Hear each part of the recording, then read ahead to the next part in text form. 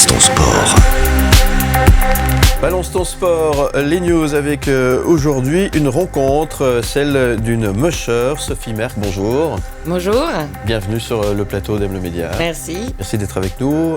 Vous nous emmenez en balade en quelque sorte, mon cher Léo, aujourd'hui. Exactement, Sophie Merck, nous aurions dû vous recevoir pour la course de chiens de traîneau qui aurait dû avoir lieu à Seigne-Légier dans le Jura ce week-end.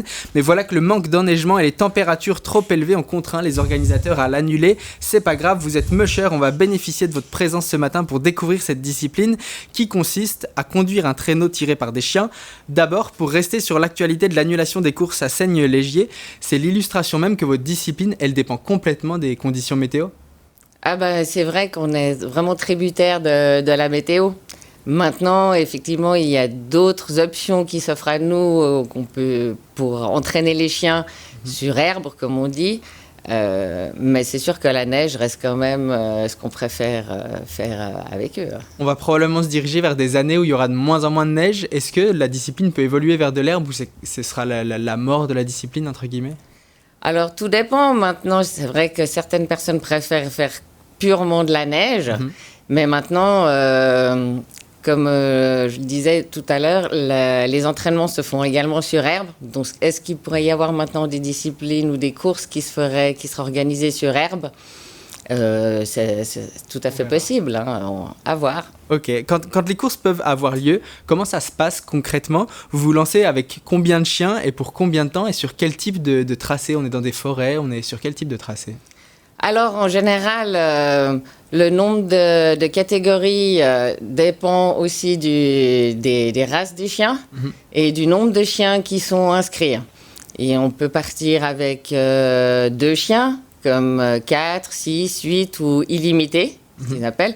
Et ce sont des catégories différentes. Il y a aussi des catégories en fonction des races de chiens. Et là, il y a une catégorie husky, qui sont les plus rapides des nordiques. Il y a aussi la catégorie, on dit nordique, on essaye de regrouper en général les malamutes d'Alaska, les samoyèdes, les groenlandais, qui sont un petit peu plus lents mais qui tirent tout aussi bien. Et puis il y a une catégorie open, parce qu'au jour d'aujourd'hui, il y a des croisements de races qui sont faits pour avoir des chiens qui sont beaucoup plus rapides.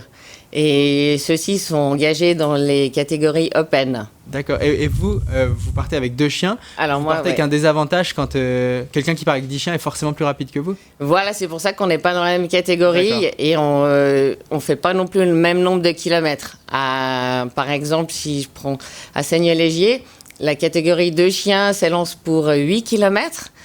Il y a aussi des catégories 12 km pour les attelages de 4 chiens, 18 km.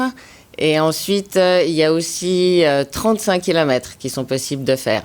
D'accord. Et avec 2 chiens, on a la chance de pouvoir s'engager un peu dans toutes les catégories parce qu'il n'y a pas de minimum. Par contre, le nombre des chiens ensuite, avec si on a 6, 8 ou 10 chiens, ceux-là sont dans des catégories différentes. Et qui peut prendre les départs de ces courses ? Est-ce qu'il faut un diplôme ? Est-ce qu'il y a des écoles pour apprendre à devenir musher ? Alors non, on apprend sur le tas, comme on dit, on apprend avec d'autres mushers. En général, on arrive facilement à trouver quelqu'un qui peut nous aider à l'entraînement et comme ça, parce que ce sont tous des passionnés, tous des gens qui sont en général très contents de partager leur savoir. Et puis les chiens s'entraînent aussi bien entre eux, ils se regardent, ils apprennent les uns avec les autres. Donc voilà, après avec 2 chiens ça va, mais il faut pousser un peu. Est-ce que la route est longue pour devenir musher ? Parce que j'imagine qu'il faut tisser un lien de confiance avec le chien aussi. Alors oui, ça, le lien est très important puisque le chien, on le dirige à la voix. Donc si on n'a pas sa confiance, si on n'a pas son obéissance, on pourrait dire, mais surtout sa confiance, c'est difficile d'aller quelque part. Donc, tout ce travail, en passant beaucoup de temps avec eux, en les promenant, en jouant avec eux, le lien est vraiment très important à tisser, surtout avec ce qu'on appelle les leaders, les chiens de tête qui vont, eux, diriger tout l'attelage. Pour conclure, on voit que ça vous rend heureuse de partir à l'aventure avec vos chiens. Qu'est-ce qu'on peut dire sur le bien-être de l'animal ?